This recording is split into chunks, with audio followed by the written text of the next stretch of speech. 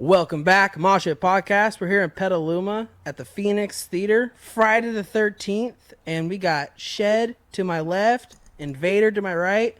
First time doing two bands at once, no pun intended, but this is repping Vacaville. We're repping that 707, and we're going to start off pretty harsh, but how you guys doing today? Doing awesome, dude. Excited to do the show. What about you guys? Yeah, I'm doing pretty well today.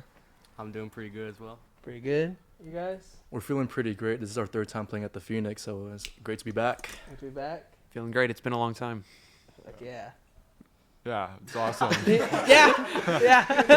He's a subbing, by the way. It's so. different. It's different with two bands. It's like I know, this right? is Like, this is actually kind of fun. I'm fucking with it. What would you like to see happen in the Vacaville scene? Dude, I want to see more like active bands because we're one of the two like morally active bands in the scene, at least at the moment. So yeah.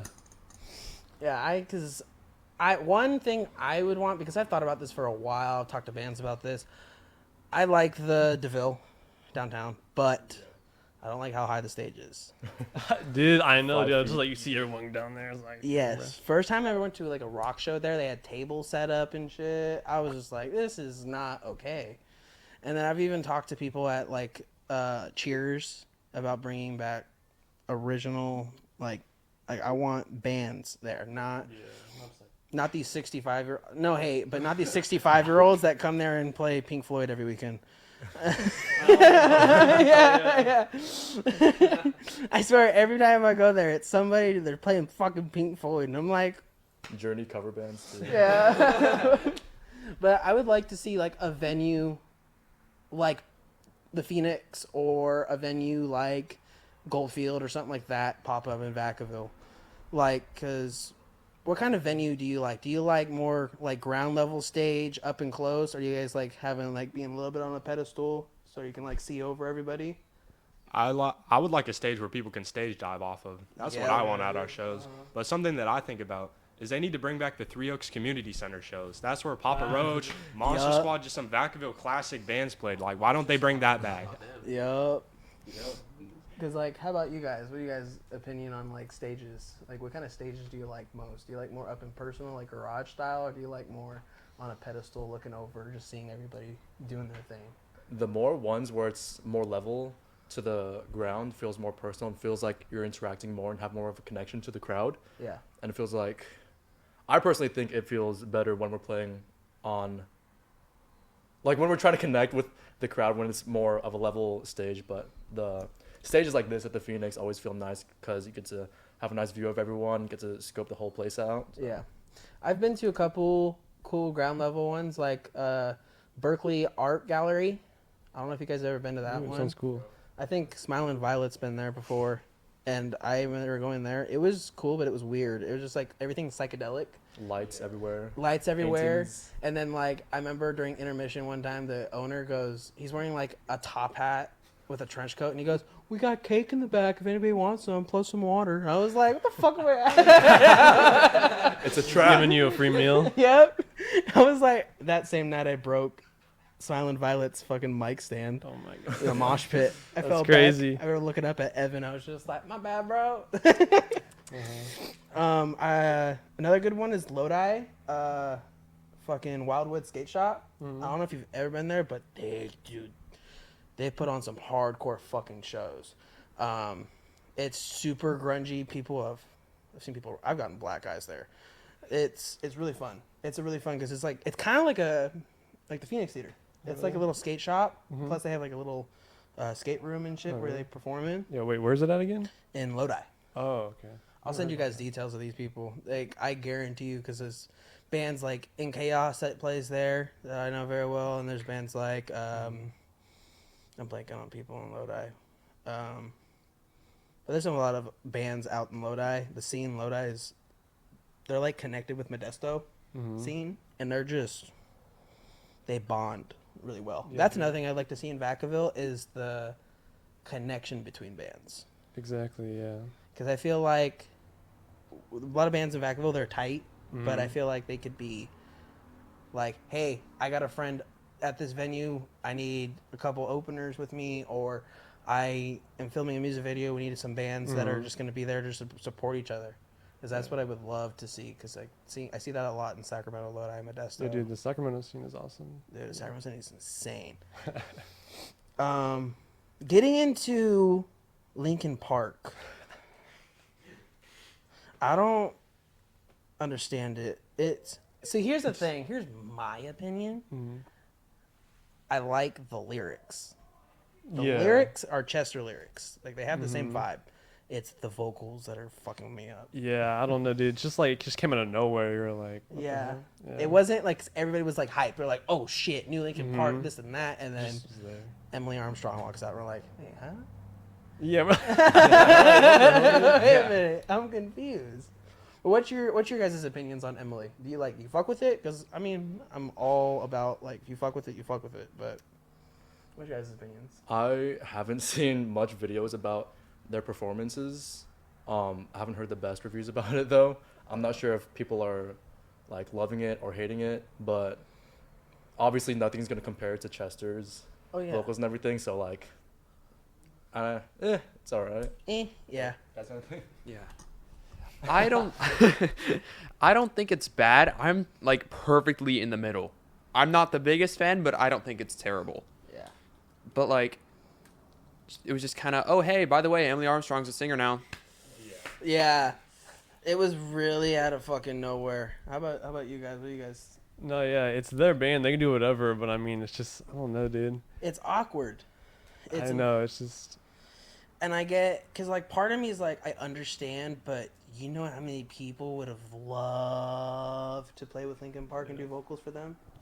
I think after a little bit, like after the initial shock is over, I think a lot of people are actually going to be happy that Linkin Park is back and performing. And the people who were like late after Chester passed away, they'll get a chance to see Linkin Park play live. That's my take on it. Yes, I 100% agree with that. I really do. And especially with the fact that like Linkin Park all together, like seeing them all together and they just have Emily Armstrong is really dope. But I feel like they could have rebranded a little bit more. Yeah. Because at this point, it's not Linkin Park. It's like, but it's still good. It's just, but only thing that fucked me up the most was watching her sing the live version of Given Up. Oh my god, dude, yeah. Given Up, and she couldn't even do the full 19 seconds scream at all. She gave up like 5 seconds in? Yeah, like 4 or 5, 6 seconds. Yeah, dude. And she did like a pause, and then she went. I was like, all right, wait a minute. Yeah, Lincoln. I was like, but it's. I think it's gonna take some time getting used to. Yeah, I mean, it's still the first month. Yeah, one of our friends is like a big Linkin Park fan, and he was just like, dude, I don't know. Yeah. It's gonna take some getting used to. Yeah, it's gonna take time to like see like, whoa, is this what's gonna bring it all back? Or is this gonna be another downfall? Because also like I've been seeing things on like she's not able to handle the hate. She's getting a lot of hate, and people are digging up a lot of shit on her, of like times she's supported like rapists in court and shit like that. And it's people trying to cancel everybody. Oh yeah, the cancel culture is going hard with Emily Armstrong right now. It's just the internet. It's just the internet in general. Yeah, because people are like, I never heard of her. I'm like, no, she's been around. She played Aftershock back in 2015. Oh really? Yeah, she's been around for a while, but it's just, I guess it's who they chose. I've seen a lot of people. I've seen tribute bands. Sorry, I'm so sorry to say this. Anybody from Linkin Park is watching, but like, fuck. I've seen cover bands do hella good. A lot. Like, In the End is a really good fucking, like, Chris from In the End, he does a really good Chester. And, like, he even went and filled in as Chester for Grey Day. And, yeah, he's a really good vocal. But another thing that's been happening, it's just been, like, since I last filmed, a lot of shit's been going on, but the revival of Warped Tour. Ooh, dude. It's owned by Live Nation. It's fucked. It's fucked. Yeah. Once ticket prices. Woo. I know. They're right. Because did you guys ever go Warped Tour growing up? No, we weren't. No? Yeah. I might have been an infant. So, let me explain the gist of this. The reason why people love Warped Tour so much is because ticket prices were $50 to get in at like 10 the fucking morning, and you had free monsters all the fucking time.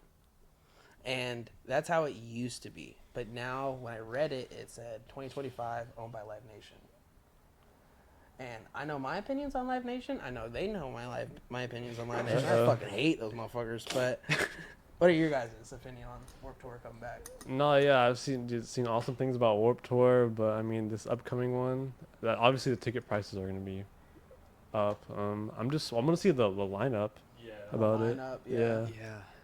Because, like, is it going to be like a When We Were Young kind of vibe? Mm-hmm. That's Yeah. like the closest we've gotten since Warped Tour. Exactly. Yeah. And what about you guys? What are your guys' opinion on? I mean, like, it just kind of came out of nowhere. Like, I don't know, like, how I feel about it. I mean, the Live Nation thing, tickets are just going to, and then there's going to be people reselling them for more, and who knows what's going to happen. That's just how concerts go these days. Oh, yeah. And if any of you motherfuckers on Live Nation want to give me 8, go ahead and give me 8. You guys suck. You guys suck dick. You guys were cool at the beginning of my life, and you guys just destroyed it. You guys fucked everything up. It was cheap. You used to be able to go to Walmart, and they had, like, Live Nation Ticketmaster. You'd be able to get tickets. Damn. And now it's like... I don't know, dude. It's so fucking ridiculous. And I wish Live Nation would realize, because they're like a monopoly. Yeah, I know. There's a lot of places you can't even get tickets other than Live Nation. Exactly. That's where they fucking figured it out. These dicks. I'm just sitting here. I really hate it. I could talk about Live Nation sucking for hours. Let's do it now. I think last time I talked to a Live Nation employee, it was at Concord for Limp Bizkit, and So weren't you there? I was at Yeah. that show. yeah, Yeah. I remember talking to the bartender because I went and got a tall boy and it was like $25, and I was like, "This is some bullshit. Fuck Live Nation." He was like, "There's somebody that works for Live Nation behind you." And I looked at them and I said, "Fuck Live Nation." Fuck Live. No, because they suck. They're especially security Live Nation. Mm-hmm. Yeah. They act like they're guarding the queen. Yeah, is that the Concord? What was it? Pavilion? Yeah, I saw Foo Fighters there like last month. Yeah. So, yeah, it was sick. It's I swear, you crowd surf anywhere there's Live Nation, they just go, "The fuck are you doing?" And it's just like, Yeah. I'm at a concert enjoying my time and you're being a dick. Start like abusing you and Yeah. Yeah. I've gotten fucking thrown by Live Nation security. Hey, really? Oh yeah, they're dicks. And I would turn around and I was like, "You really want to do that?" Because it was like in front of the barrier where it's all metal plating. Yeah, they don't know. And I was like, "This ain't grass. This is metal. Like, if I fall." Metal and cement. Yeah. Like last month, me and a couple of my friends, we went to go watch Megadeth at the Concord Pavilion. And Thomas, who is in our band, but we're having Max sub in for tonight, he crowd surfed, and when he got to the barrier, they just put him down, just like shoved him out the way and told him like, "Just get out of here." And they're being hecka strict with him. He's like this little dude. Yeah. And I'm like, why y'all gotta be like so strict with him? They're so aggressive.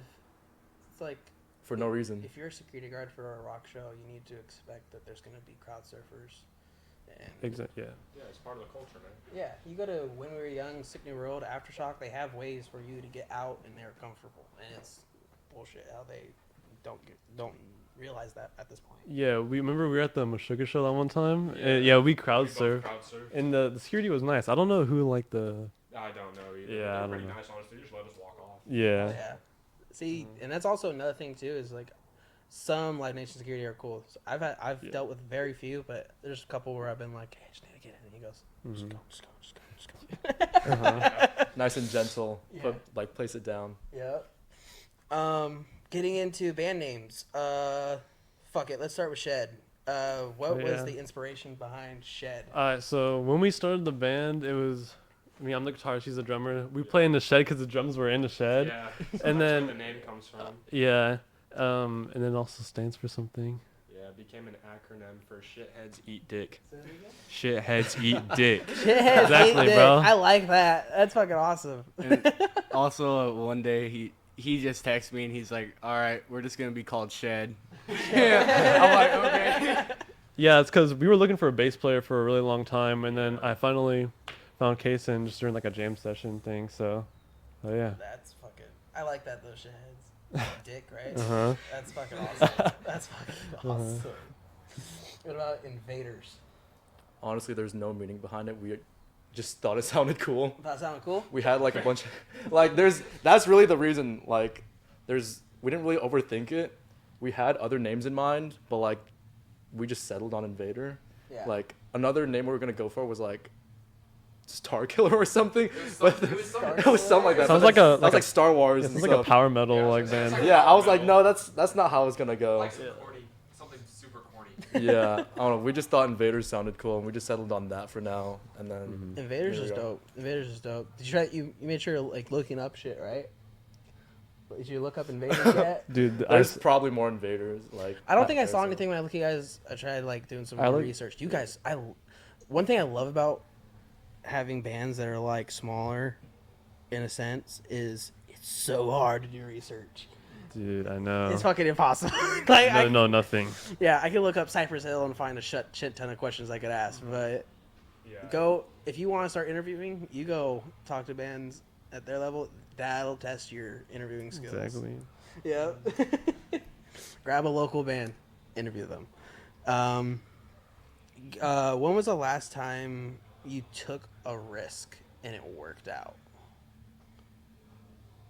Sorry, you guys first. It could be with Honestly. it could be with your band. It could be personal, or it could be with like your band. Like hitting up somebody that you were like they're not gonna respond. Honestly, tonight's show, when I reached out to Hemorrhage, that was just like a far stretch. Like we're just like, oh, let's just reach out to them. If they don't respond, they don't respond. That's fine. But then they ended up responding, and we got things situated, and I booked this entire show, got the bands ready, and got everything set up. But yeah, it's never like too hard or too stressful just to like reach out, and there's nothing to lose about reaching out. It's just like you're reaching out, you're taking a risk, and if it doesn't work out, then it doesn't work out. You just learn from there. I think you guys would do really good at Wildwood Skate Shop. You just the way you guys' vibe is, and the people I've seen there, you guys would fit in like fucking perfectly. The owner would love you guys. How about you guys? You guys taking any risks? I mean, no. Just like he said, just reaching out to bigger bands like Hemorrhage.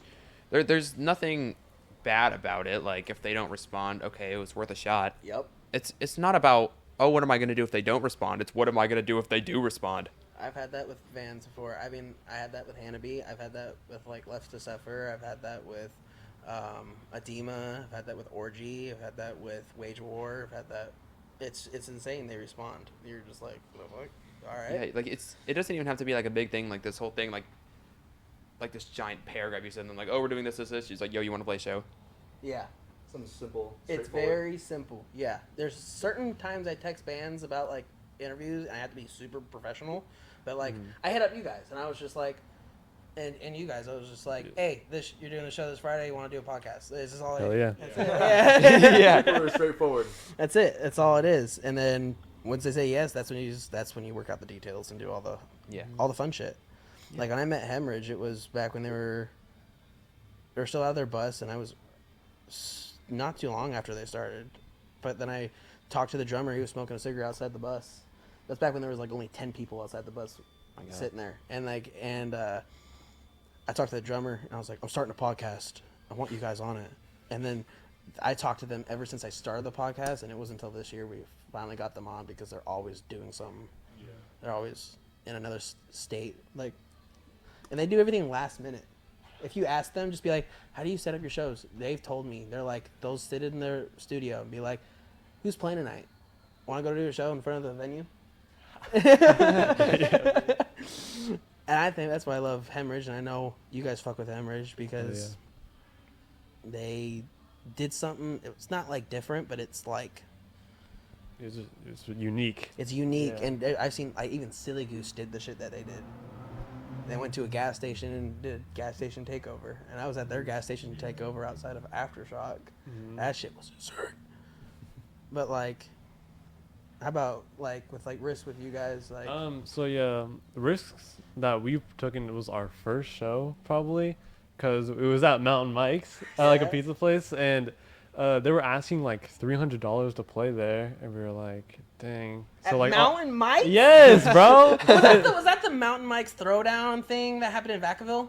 What was that? That was actually our first show. My brother, he organized the Mountain Mike's Massacre last year in, I think, like December 29th. Yeah. We had like 6 or 7 bands there, and that was just insane. It was... Did like the only thrash band? Everybody else was like hardcore. Everything was like hardcore punk. We had like George Costanza. We had the Association. Yeah. Fentanyl Cowboy Killers. Yeah. Yeah. It was super random. I forgot the original meaning why my brother set up that show, but he just reached out to Mountain Mike's, and he was like, "Hey, could we do a show here? Could we do like a private event here and stuff?" And they just got it settled there, and we just got stuff setting up, and then the music started. Next thing we know, everything's like packed out. There was like 200 people just like shoulder to shoulder in there, and it was huge. Yeah, but did you guys have to pay or no? Honestly, I don't even remember. My brother organized the entire thing. I think since it was like a first time thing in probably a while, it was probably just like go in, do our thing, and then get out.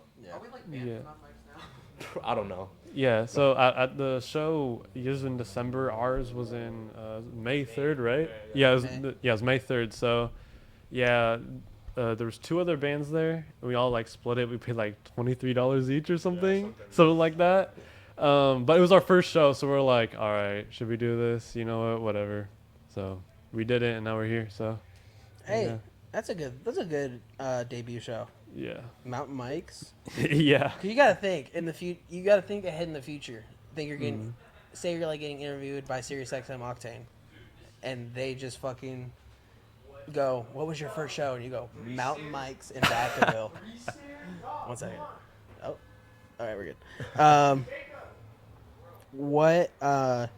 What show would you like to relive? It could be one of your shows, or it can be a show that you went to. And you guys want to speak? Max, you want to speak? You want to speak? Silent Bob over there? I mean, I'll go. Yeah. We played a show last month. It was called Shred Fest 2. It was at Golden Eye in Sassoon, which is just like a house. It was packed in there, and it was so fun. We played that show with Invader, too. That was a hella fun show. Oh, yeah. I don't know. It was long. It was, dude, like, we were in the room. It's like the most people I've ever seen in that room. There were, how many people was there, like, 50? A lot. Yeah, there was too many, bro. The mic stand kept falling down. Yeah, the windows got all steamed up. Yeah, and someone made another hole in the wall because there's already like been 3, one. 4 holes in the wall at the end of the day. So. Yeah. What's his name? Hayden? Didn't he like fell on the kick drum? And he When we were playing, one of our friends fell on the kick drum, and then he got this like big scar right here. Like a scar Yeah. on his side right here. It was crazy, dude. I saw it happen when I was playing, and I was like, well. Hey, shout out to Hayden, though. He's been a day one supporter. And it was also like a shit ton of people like stampeding through like this crammed space, like through the hall, like because they did it differently that time. And it was like there was one set up in like the living room or whatever, and it was like another in the garage. Like 2 stages or whatever. It's hot. It's so hot. Oh, yeah. Indoor shows are rough. Like, small, like... They're super loud. Yeah, when it's like a house, like probably like the living room is Like, imagine, yeah, I'm about to say, I was like, imagine closing those doors and this is the venue. That's pretty much how it was. This is kind of what the garage looked like. Yeah, honestly, I love it, though. I like it. Yeah, Yeah. super sick. Yeah. Fuck yeah. Fucking, I love those. I think the last time I went to the Underground was when I interviewed Ensemble from Oakland, and they played a show at the Fairfield Skate Park. Oh, yeah. Was that the first Shred Fest? Was that Shred Fest? Was that like last year? Last year, yeah.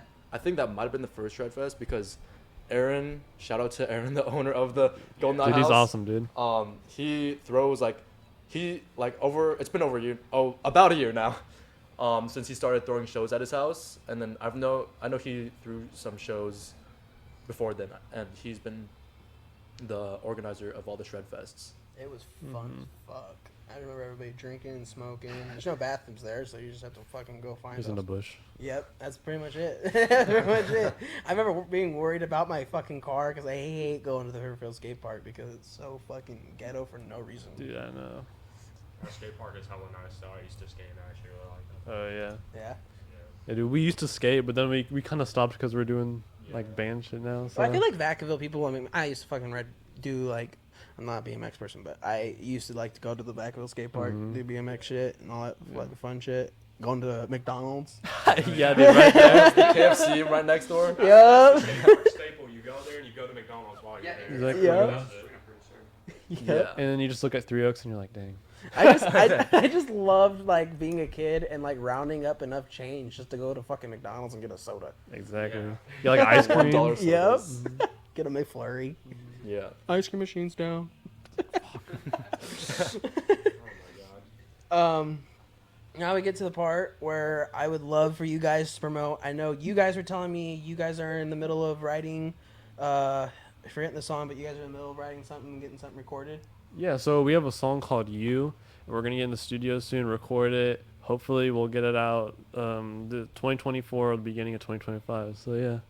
Yeah, we're going to probably release it on everything, hopefully. Just release it as a single. Nothing. How about shows?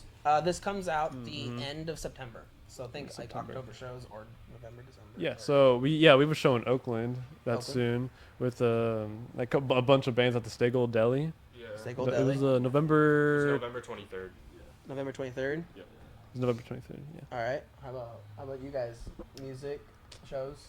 Original wise, we have a few originals. We just haven't gone to like a studio to get them recorded yet, but we're planning on doing so sometime soon. Hopefully, having some stuff posted and recorded by the end of this year. Yeah.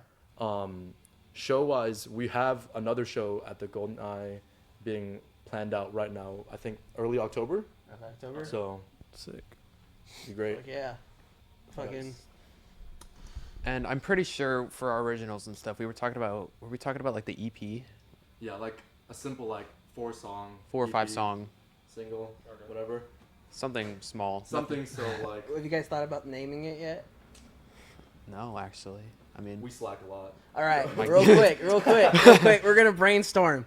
We're all gonna make yeah. a name for this album, but it's not gonna be real. But we're gonna Shed just Invader collab. Shed Invader Yeah. collab. Shed Invader split. All right, let's start on this side. What do you think a good debut album name would be for Invader? What do you think, Connor?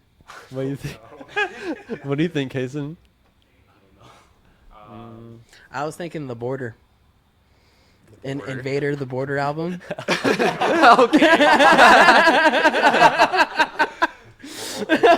Yeah. There's 2 colors right now. This is not immigrants though. This is not gonna be a real album name, but this is just shits and gigs. The Shits opposite. and We're gigs. 2 mutts right here.